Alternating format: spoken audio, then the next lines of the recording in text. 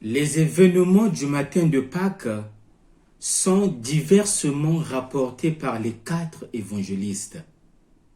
Ceux-ci s'accordent cependant sur un point qui paraît capital, selon l'expression de Pierre dans la première lecture. C'est Dieu qui a ressuscité Jésus le 3e jour en lui donnant de se montrer à des témoins d'avance. L'initiative divine confère à la résurrection du crucifié les caractères d'une nouvelle création. Comme à son habitude, l'évangéliste Jean propose une toute autre version. Le récit évangélique proclamé en ce jour de Pâques commence par une indication chronologique significative. Les événements se situent le premier jour de la semaine. L'expression le premier jour de la semaine évoque Genèse chapitre 1 verset 5 et fait référence au jour 1 de la semaine, devenu le jour du Seigneur, le dimanche chrétien. Pâques apparaît donc dès le départ comme une création nouvelle, un temps nouveau où tout est appelé à changer. Que nous propose le menu biblique de ce jour, le dimanche des dimanches? Le récit choisi pour la liturgie introduit 3 personnages: Marie-Madeleine, Pierre et Jean. 3 personnages dont les réactions sont diverses et différentes. Marie-Madeleine, elle entreprend un voyage qui commence dans les ténèbres et dans la plus complète incompréhension. Elle est celle qui ne voit pas et ne croit pas. Sans même regarder à l'intérieur du tombeau, elle saute aux conclusions et annonce aux autres disciples que le corps de Jésus a été volé. Sa peine la rend aveugle et sa cécité la pousse à imaginer le pire scénario possible. Elle venait pour la sépulture d'un corps et voilà que le sépulcre est ouvert et le corps absent. Elle ne sait pas où on l'a déposé. Marie-Madeleine, dans le symbolisme qui est cher à l'évangéliste Jean, figure le porte-parole d'une communauté désorientée, engagée dans la recherche et la découverte du ressuscité. Par ses propres capacités, elle ne peut saisir le sens de ce tombeau vide.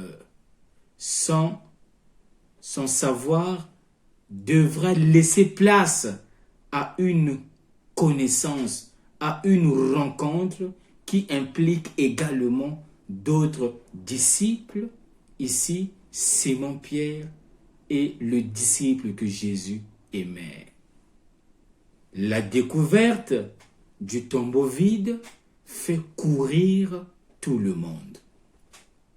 Marie de Magdala, pour avertir les disciples, et ses 2 disciples pour se rendre au tombeau, Pierre et Jean. Pierre est celui qui voit et ne croit pas. C'est un personnage pragmatique. Il est le premier à entrer dans le tombeau. le cheminement de Pierre vers la foi en la résurrection se fait en 2 étapes. D'abord, Pierre constate que les informations données par Marie de Magdala ne sont pas exactes. Il entre dans le tombeau. Il est celui qui observe. Il voit les signes de la résurrection, mais n'en tire aucune conclusion. Tous ces signes ne sont pas suffisants pour qu'il croie.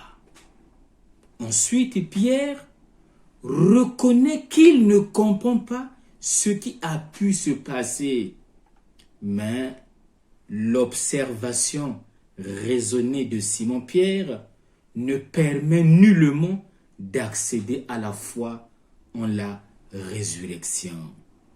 Il faut attendre l'arrivée du disciple que Jésus aimait. Qui est ce disciple?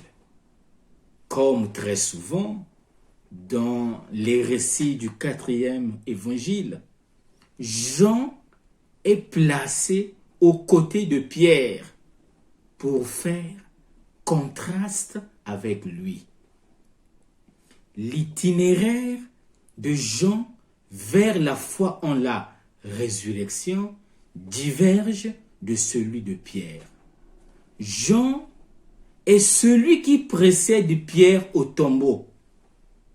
Arrivé là, il entra. Il vit et il crut.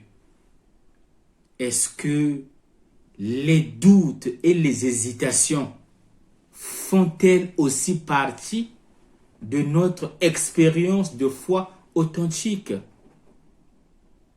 Quel est le chemin qui conduit à la foi? Le chemin qui conduit à la foi passe par 3 choses. Le vérifiable, la réflexion, le raisonnement et l'amour. La vraie foi ne nie pas la raison, mais elle va au-delà de la raison. Autrement dit, on parlerait simplement de crédulité. Le disciple que Jésus aimait désigne le disciple qui adhère à Jésus dans la foi et la fidélité. C'est celui qui n'abandonne pas Jésus. Le disciple que Jésus aimait, c'est le baptisé qui reçoit dans sa vie et dans la foi le message de la résurrection. Jean ne donne jamais le nom de ce disciple. Il invite chacun d'entre nous à se mettre à la place de ce disciple. Il fait de nous un acteur de la vie du Christ. À travers la figure du disciple que Jésus aimait, c'est nous-mêmes qui sommes appelés à poser notre tête sur le cœur de Jésus à la scène, à être là au pied de la croix avec Marie, à recevoir Marie comme notre mère et à l'accueillir chez nous, à entrer dans le tombeau vide et à croire, à témoigner de ce que nous avons vu et vécu. Le disciple que Jésus aimait, c'est toi et moi. Nos cœurs sont-ils ouverts au mystère de la résurrection ou sont-ils aveuglés par les choses que nous ne voulons pas relâcher? Quel est l'enseignement à retenir? 3 disciples qui ont des tempéraments différents, des charismes différents. Certains sont plus lents, d'autres sont plus rapides, et d'autres encore plus affectueux. Mais tous ensemble, ils cherchent le Seigneur. Malgré les différences dans leur réaction face au mystère de la résurrection, tous trois se respectent, s'entraident, collaborent. La collaboration dans la diversité. Chacun communique à l'autre ce qu'il a pressenti. Ainsi, lorsque les signes visibles de la présence du Seigneur manquent dans une communauté, nous devons travailler ensemble pour trouver ce que nous pouvons découvrir. Seule la recherche en commun et l'aide des uns et des autres permettent de se retrouver ensemble. Sommes-nous de ceux qui prônent la collaboration, l'unité, la synodalité? Si nous voulons être un peuple pascal, nous sommes invités à croire. Quel type de croyants sommes-nous? Quel type de chrétiens sommes-nous? Sommes-nous lents à croire? Sommes-nous repliés sur nous-mêmes ou attachés à nos convictions comme Pierre? Que nous reste-t-il à faire? Il ne nous reste plus qu'à conjuguer le verbe croire. Nous sommes appelés à croire comme le disciple que Jésus aimait. Mais comment? En accueillant la vie nouvelle dans la foi. Pâques nous relance dans l'aventure de la foi. De dimanche en dimanche, nous aurons l'occasion de découvrir ou redécouvrir l'importance de notre foi. Comment réagissons-nous devant le mystère de la résurrection?